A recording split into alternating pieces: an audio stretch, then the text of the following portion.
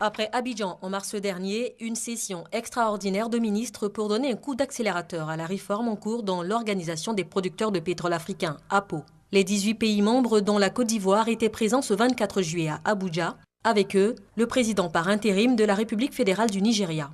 Les enjeux de cette réforme sont importants. Ils engagent la survie de cette organisation et par-delà les possibilités de coopération entre les pays africains producteurs de pétrole. Vivre sans pétrole est désormais envisageable. C'est réconfortant qu'après 30 ans d'existence, cette organisation ait reconnu la nécessité de se remodeler et de mettre en œuvre un audacieux programme de réforme. Une réforme de ses organes et de son interaction avec le monde tout en continuant de servir ses pays membres.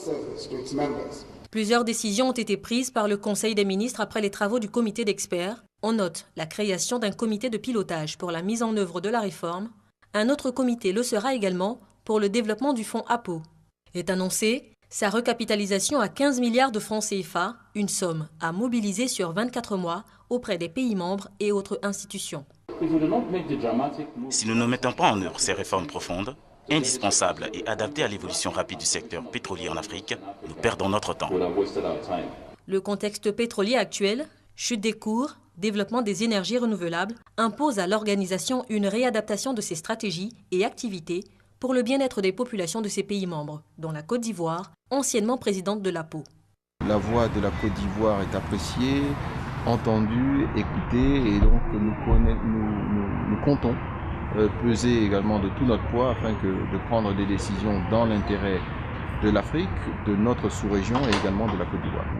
L'Afrique a besoin de se fédérer d'une façon générale pour permettre justement à nos pays, dont certains n'ont pas aussi de grandes ressources, d'avoir accès à des informations qui permettent à l'ensemble de nos pays d'être plus compétitifs.